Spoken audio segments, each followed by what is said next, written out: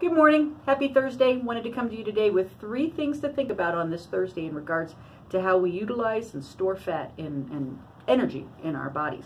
So the first thing is that our bodies can use either carbs or fat for energy. And again, carbs would be glucose, glycogen. And that's pretty much if you're on the standard American diet. If you're a carb burner, that's what you're doing. Okay, you're using the glucose for energy. And again, I'm not a scientist, so this is the basics, okay? Now, you're also easily able to use fat. Did you know that when you're born into ketosis, and breastfeeding babies are in ketosis? So that's a very natural state, even if Jillian Michaels would like to make you think something different. Very natural state, not a problem at all. So your body is able and willing to do either. It's what you tell it to do.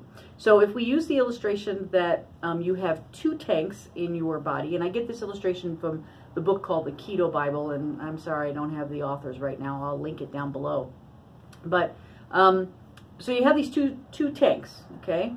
And your body is able to use either of them. And so that's the first thing to know.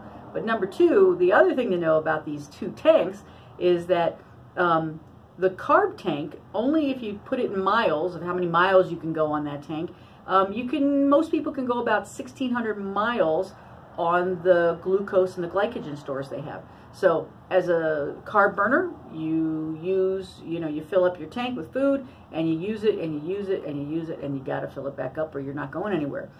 With a fat burner, you have anywhere from 30 to 100,000 miles that you can go on that fat tank.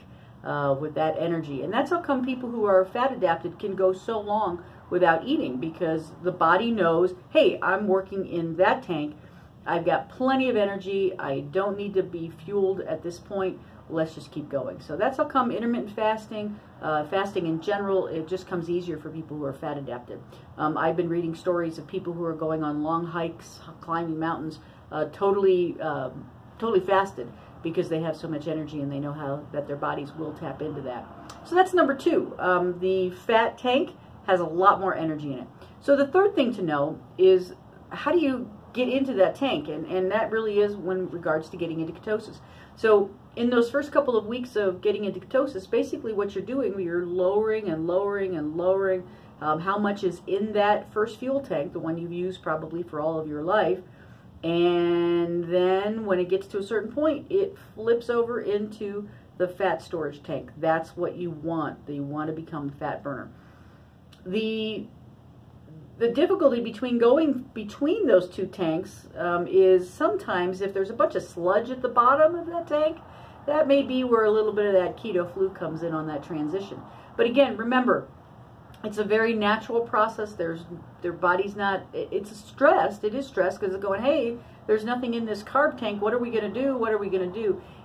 But you're training it to say, hey, look at this. I didn't even know this huge reservoir. You can almost think of the fuel that's in that tank as jet fuel. It burns cleaner. It goes longer. It's just awesome fuel to use. So those are 3 things to know. Number 1, you can use either carbs or fat for fuel. Number 2, the fuel tank that has fat in it will get you going a lot longer than the carbs. And then the third thing is the way that you get into there is to go through the process of getting into ketosis. Now, if you have any questions or you have any needs, please reach out to me at libbybketo@gmail.com.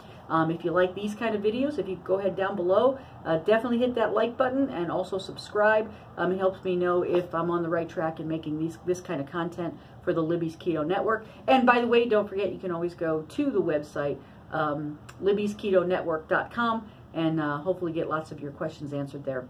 Thanks so much, guys. Have a great day.